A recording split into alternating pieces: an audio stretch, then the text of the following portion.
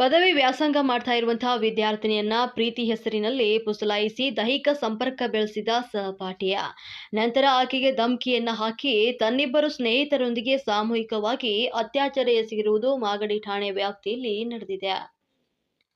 ಘಟನೆಗೆ ಸಂಬಂಧಪಟ್ಟಂತೆ ಮಾಗಡಿ ಪಟ್ಟಣದ 25 ವರ್ಷದ ವಿಕಾಸ್ ಪ್ರಶಾಂತ್ 19 ವರ್ಷ ಹಾಗೂ 28 ವರ್ಷದ ಚೇತನ್ ಎಂಬುವರನ್ನ ಪೊಲೀಸರು ಈಗ ಬಂಧಿಸಿದ್ದಾರೆ. ವಿಕಾಸ್ ಮತ್ತು ಪ್ರಶಾಂತ್ ಸಹ ಪದವಿ ವಿದ್ಯಾರ್ಥಿಗಳಾಗಿದ್ದು, ಮತ್ತೊಬ್ಬ ಆರೋಪಿ ವಿವಾಹಿತ ಚೇತನ್ ಎಲೆಕ್ಟ್ರಿಷಿಯನ್ ಆಗಿ ಕೆಲಸವನ್ನ ಮಾಡ್ತಿದ್ದಾನೆ.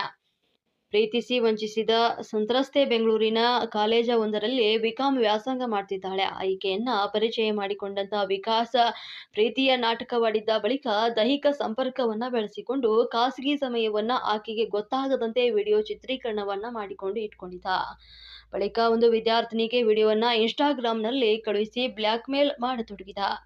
ಇನ್ನಿಬ್ಬರು ಸ್ನೇಹಿತರ ಜೊತೆಗೂ ಸಹಕರಿಸಬೇಕು, ಇಲ್ಲದಿದ್ದರೆ ವಿಡಿಯೋವನ್ನ ಜಾಲತಾಣದಲ್ಲಿ ಹರಿಬಿಡುತ್ತೇನೆ ಅಂತ ಬೆದರಿಸ್ತಾ ಇದ್ದಂತ ಈತ ವಿದ್ಯಾರ್ಥಿನಿ ಎಷ್ಟೇ ಬೇಡಿಕೊಂಡ್ರೂ ಸಹ ಸುಮ್ಮನಾಗದೆ ತನ್ನ ಚಾಳಿ ಮುಂದುವರಿಸಿದ ಅಂತ ಪೊಲೀಸರು ತಿಳಿಸಿದ್ದಾರೆ.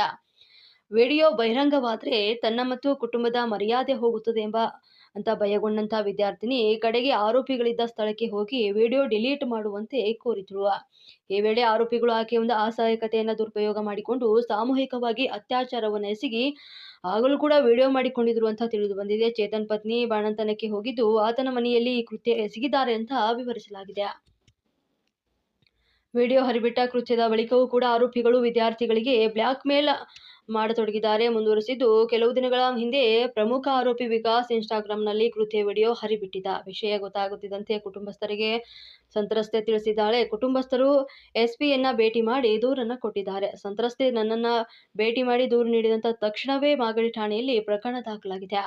ನಂತರ ಕೆಲವೇ ತಾಸಿನಲ್ಲಿ ಮೂವರು ಯುವಕರನ್ನ ಸಿಪಿಐ ಗಿರಿರಾಜ್ ಅವರ ನೇತೃತ್ವದ ತಂಡ ಬಂಧಿಸಿದೆ. ಪ್ರಕರಣದ ತನಿಖೆ ಮುಂದುವರೆದಿದೆ. ಕೆಆರ್ ಶ್ರೀನಿವಾಸ್ ಗೌಡ, ಬೆಂಗಳೂರು ದಕ್ಷಿಣ ಜಿಲ್ಲೆ ಎಸ್ಪಿ ಹೇಳಿಕೆ.